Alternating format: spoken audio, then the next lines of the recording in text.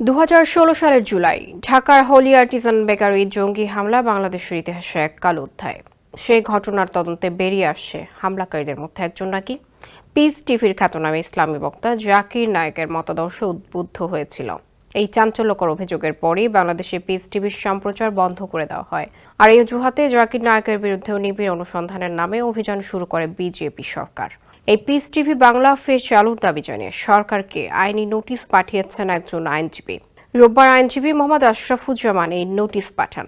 এদিকে জুলাই অভ্যুত্থানের পর গত 19 আগস্ট জাকির নায়েক নিজেই তার ইউটিউব চ্যানেলে এক প্রশ্নোত্তর পর্বে জানান, পিস টিভি বাংলা সহ অন্যান্য ভাষায় বিশ্বজুড়ে আজও সম্প্রচারিত হচ্ছে। স্যান্ডেলিনা সো রূপচর্চায় আভিজাত্য। স্যাটেলাইট বন্ধ হয়নি। তার দাবি, কেবল বাংলাদেশ আর ভারতে ডাউন লিঙ্কের অনুমতি বাতিল হওয়ায় কেবল অপারেটররা তা বন্ধ রেখেছে। তবে তিনি আশাবাদী যে বাংলাদেশের অন্তর্বর্তী সরকার অনুমতি দিলে কয়েক দিনের মধ্যেই পিস টিভি আবার ফিরে আসবে।